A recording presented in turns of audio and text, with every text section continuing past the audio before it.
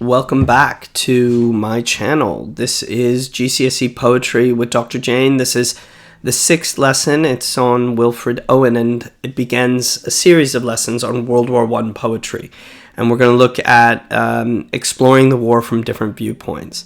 And we're going to look at the experience of trench warfare from Wilfred Owen's perspective, the legacy of the soldier experience, Ted Hughes' poem, and the viewpoint from Home and Women of Jane Weir.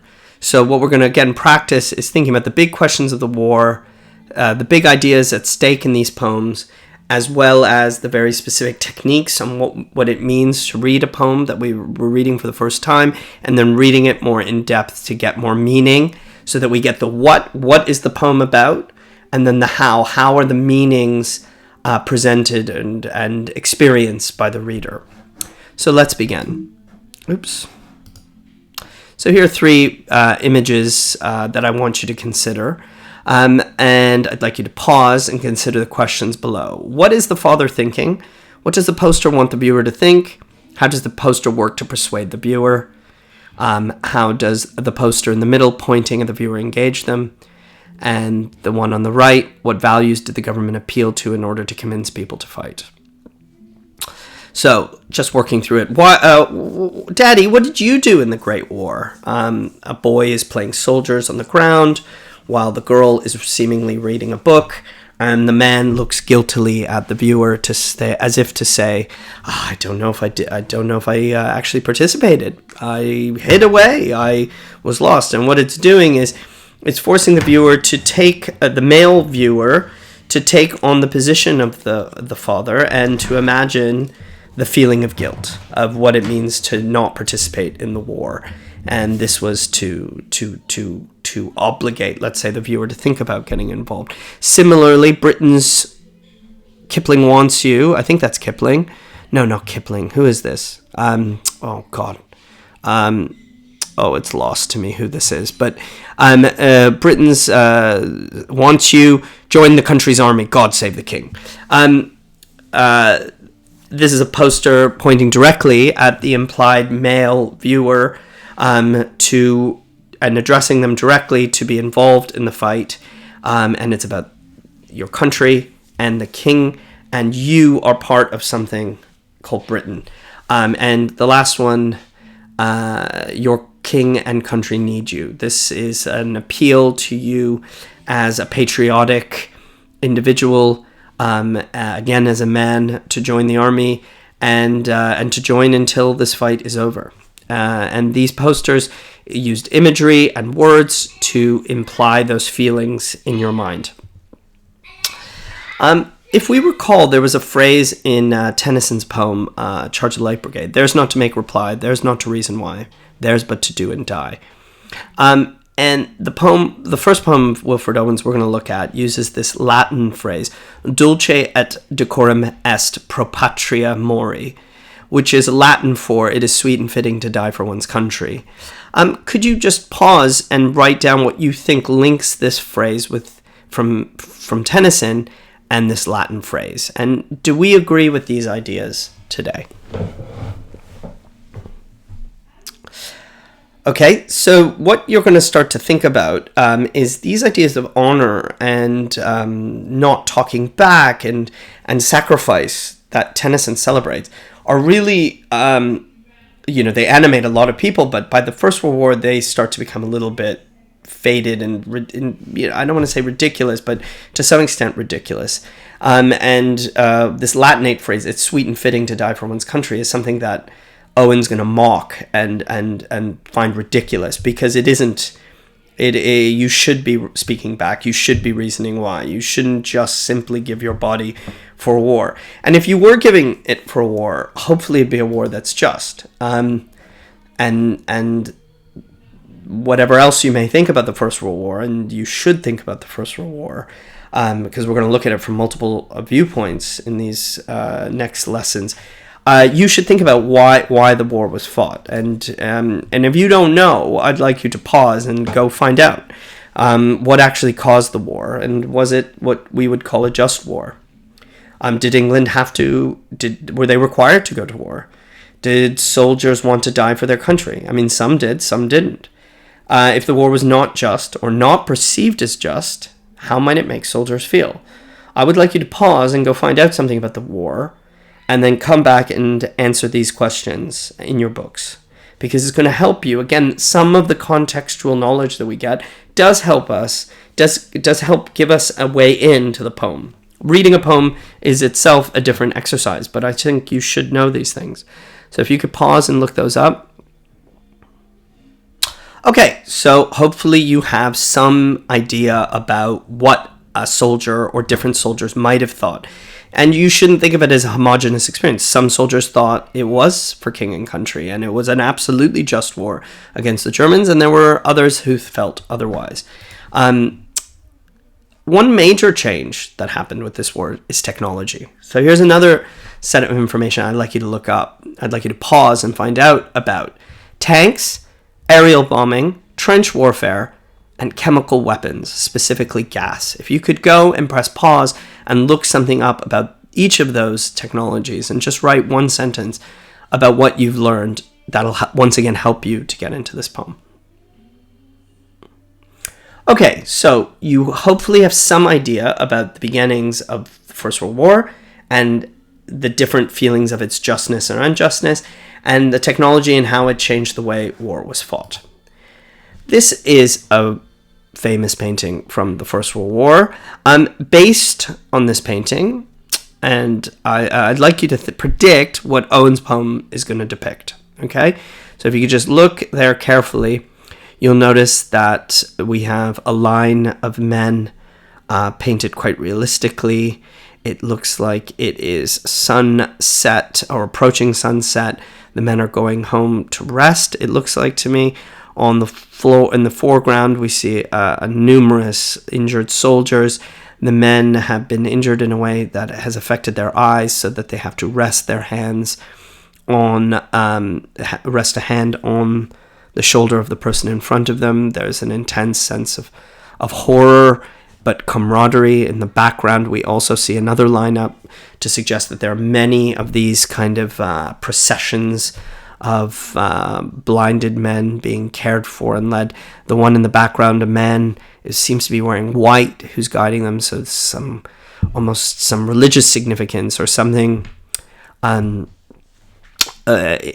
sense of care, the sense of love is really emphasized. The light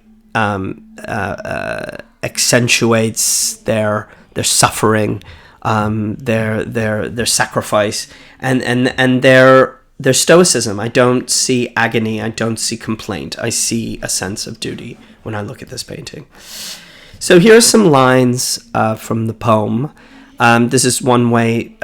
So the poem is an attenuation of that, like a shortened version of that Latin phrase, dulce decorum est.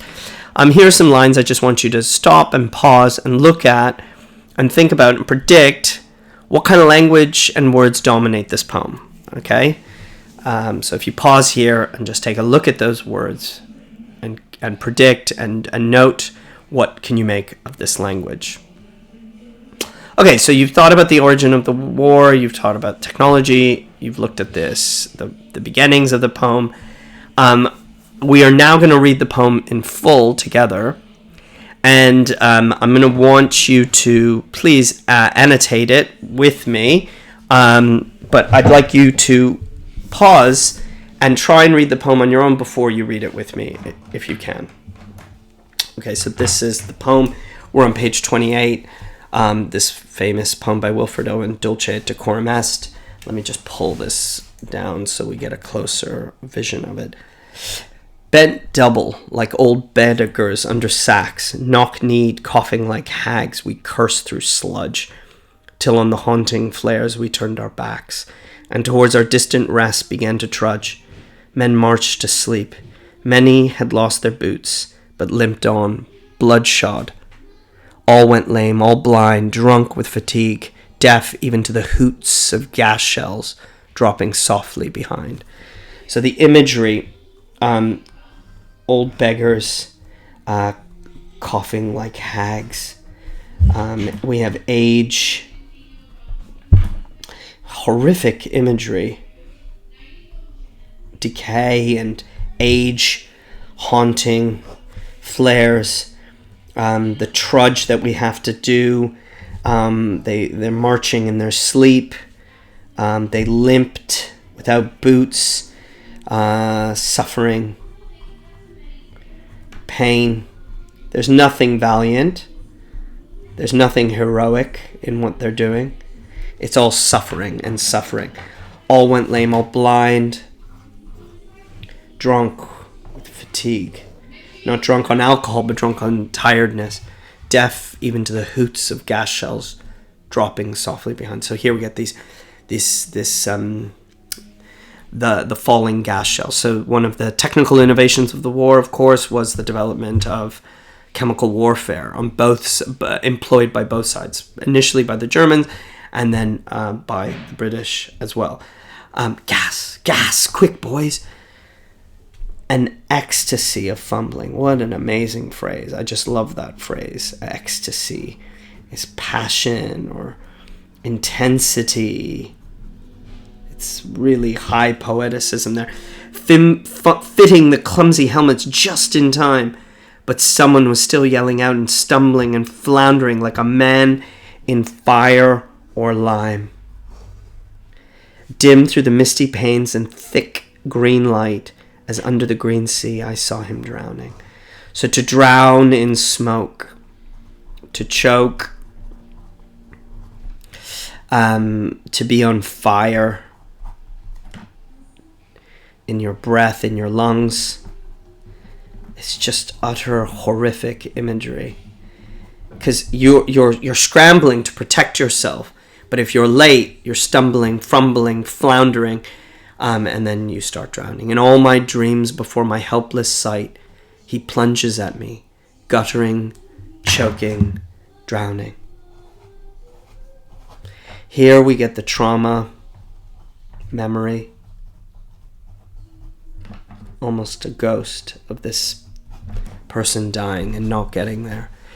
If in some smothering dreams, the conditional, if in some smothering dreams you too could pace behind the wagon that we flung him in and watch the white eyes writhing in his face.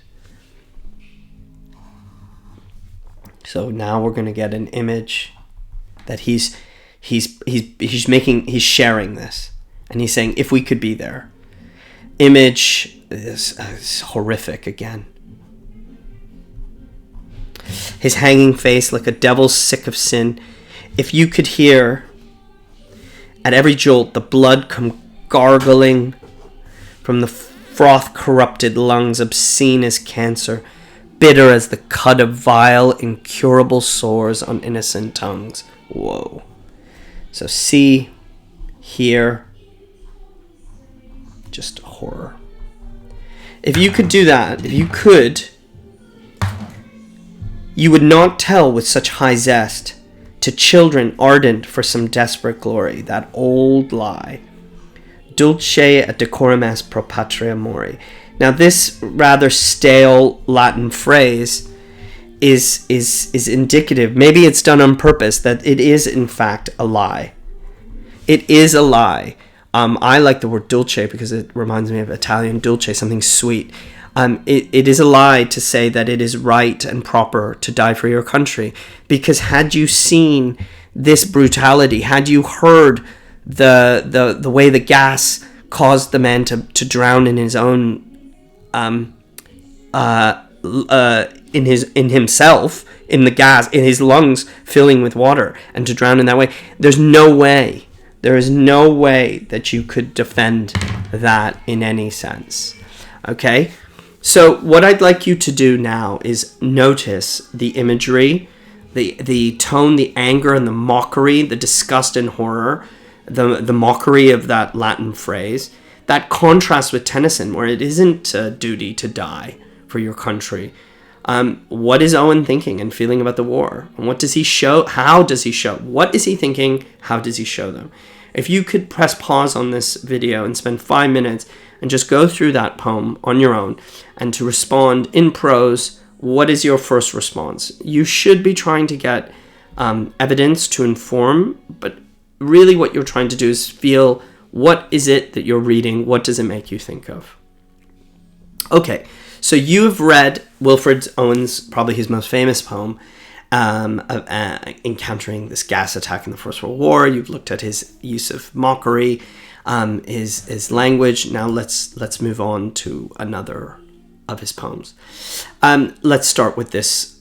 The war was about boredom and waiting, then fighting. The weather, the hunger, the loneliness, those were the enemy. That is, until a bullet found your brain or gas your lungs.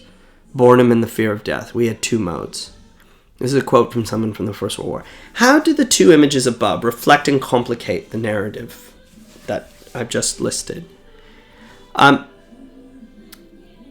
you see is men sitting around on the left, on the right. It seems like a snowy background, whereas they seem more poised and active. Is it boredom? Is it loneliness? Those men seem all together.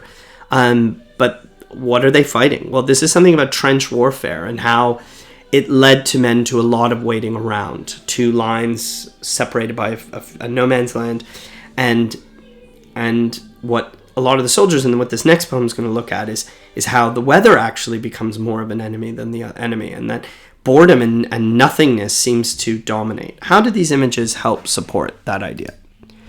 So we're going to read Exposure, and we're going to read it, and you should read it at least 2 times. Oops, before you do it with me, I just want to make sure. Oops, here we go. Yep. I'd like you to read it a few times on your own before you read it with me. This is the poem you need to know for the exam. So again, since it's Wilfred Owen, it's going to be about the war. And now that you've read the poem a few times on your own, perhaps annotated it, I'm going to now do that with you. Let me just make this a bit bigger. Exposure. Exposure, for me, right away, the title suggests exposure to the elements. Exposure as in something revealed, something vulnerable. Has so many meanings. Our brains ache in the merciless iced east winds that knife us. I like that. That knife us. Wearied, we keep awake because the night is silent. Low, drooping flares confuse our memory of the salient. Worried by silence, sentries whisper, curious, nervous, but nothing happens. So we get this sense of boredom. And we get this sense of the violence of nature. Watching, we hear the mad gusts tugging on the wire, like twitching agonies of men among its brambles. So it's interesting that the simile here compares the wind to men in agony. Northward, incessantly, the flickering gunnery rumbles, far off, like a dull rumor of some other war. What are we doing here?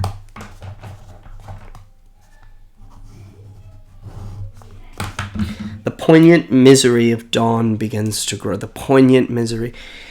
Dawn is its misery seems poignant or important, meaningful. What makes it meaningful? We only know war lasts, rain soaks and clouds sag stormy. Okay, yeah, because dawn is usually something positive, hopeful. But no, it's miserable here, so that makes it quite poignant. That's really important because everything seems back to front. We only know war lasts, rain soaks, clouds sag stormy.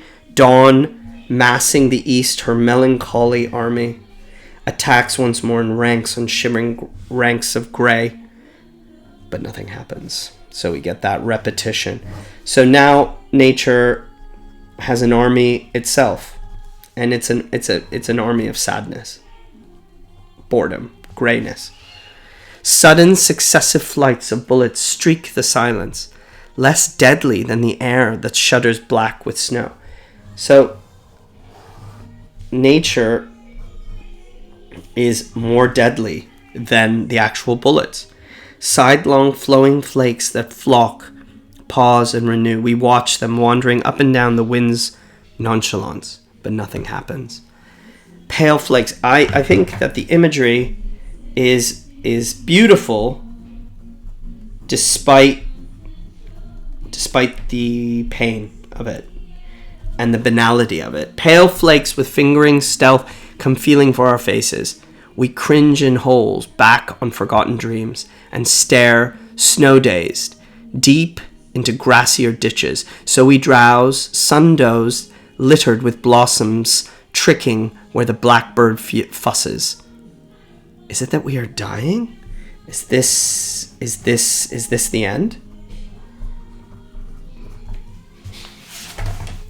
Slowly, our ghosts drag home. This is an interesting part. Glimpsing, so he imagines returning home. Glimpsing the sunk fires glazed with crusted, dark red jewels. That's warmth. Coal. Crickets jingle there for hours. The innocent mice rejoice. The house is theirs. Shutters and doors all closed. On us the doors are closed. We turn our back on dying. So, home is not accessible. Since we believe not otherwise can kind fires burn, nor ever suns smile true on child or field or fruit. For God's invisible spring our love is made afraid. Therefore not loath we lie out here, therefore we're born, for love of God seems dying. So even country is useless. God seems useless. Tonight, this frost will fasten on the mud and us, shriveling many hands, puckering foreheads crisp. These images of death. But from what? From nature, from cold. The burying party picks and shovels in shaking grasp. Pause over half-known faces. Wait. I know this person. I kind of know this person. I kind of know this person. All their eyes are ice. But nothing happens. Yeah, I kind of know this person. Oh well.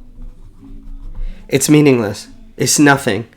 Everything, this irony of nothing, death, misery, all equals nothing.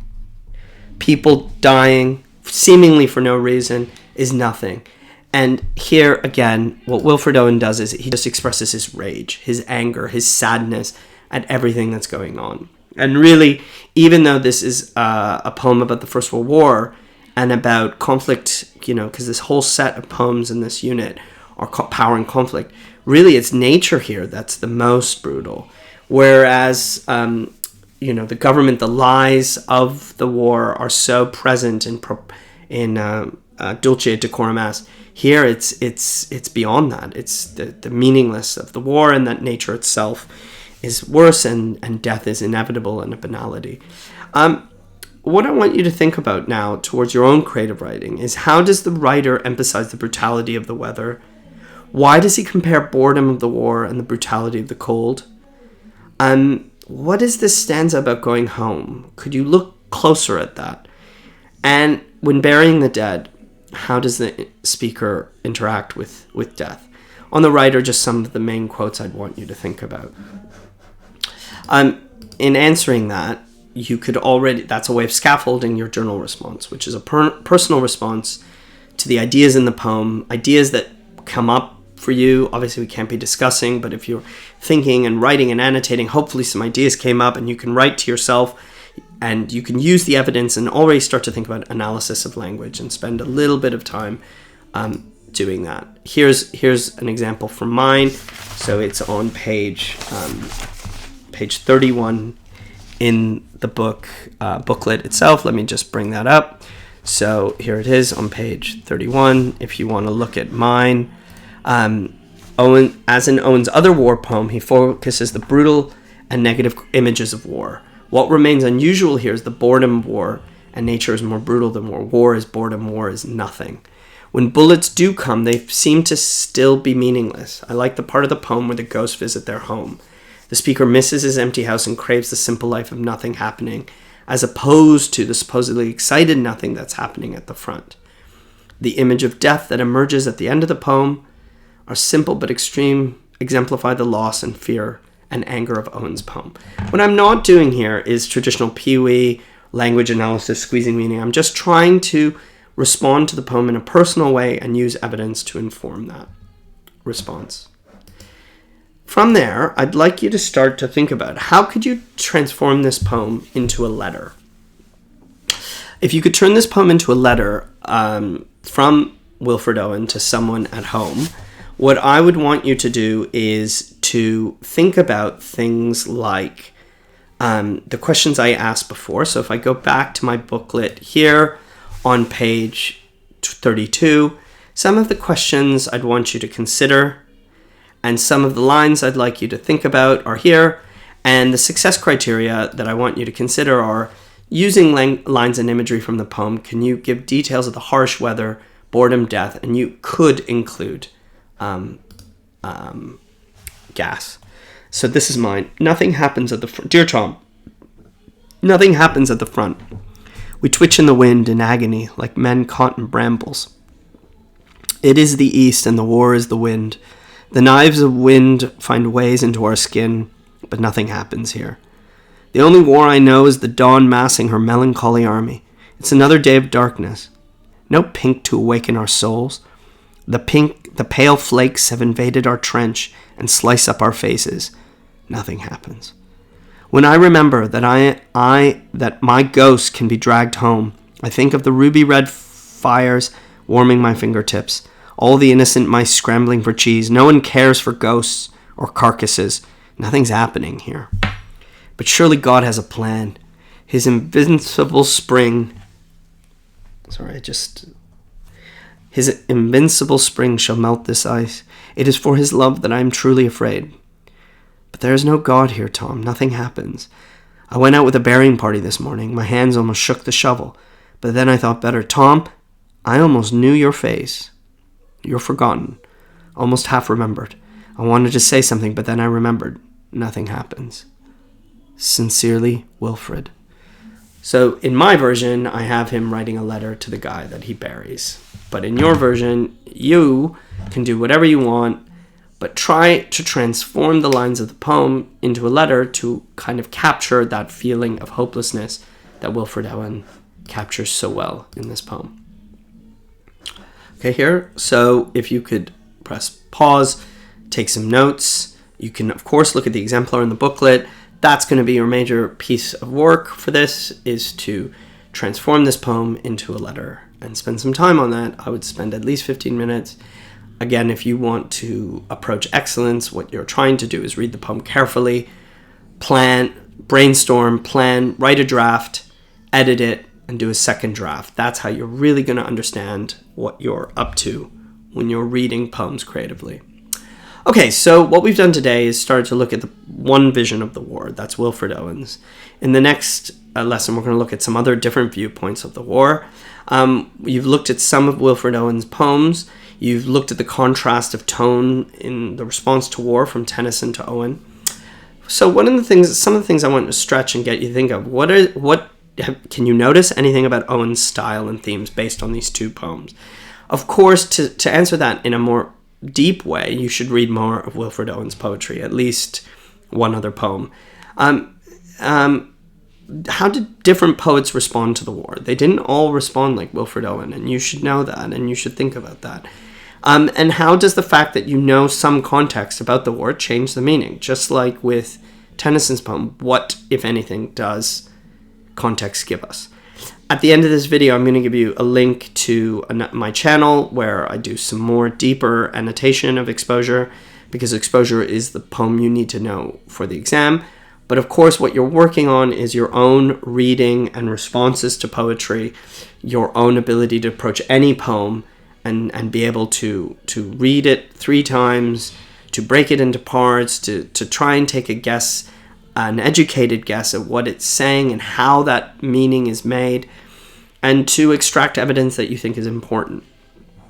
So for my plenary, I'll go back to these 3 posters and think about how did children, women, and men experience the war in similar and different ways. We've got some children there. We have no women here. It's only in Jane Weir's poem, actually, that we'll see a woman and her response to the war. And I just want you to think about that and think about how you're just getting one very particular vision of the war in Wilfred Owen. It's an important one. It's a very famous one in Britain, but it's only one vision. And if you could just acknowledge or imagine that the war could be seen in different ways, what I'd invite you to do is use Google to look at different poets who had different opinions and wrote different types of poetry during the war to think about how they responded. Okay, I hope you're doing well, and I hope these lessons are helping support and extend your learning. I look forward to talking to you soon. See you later.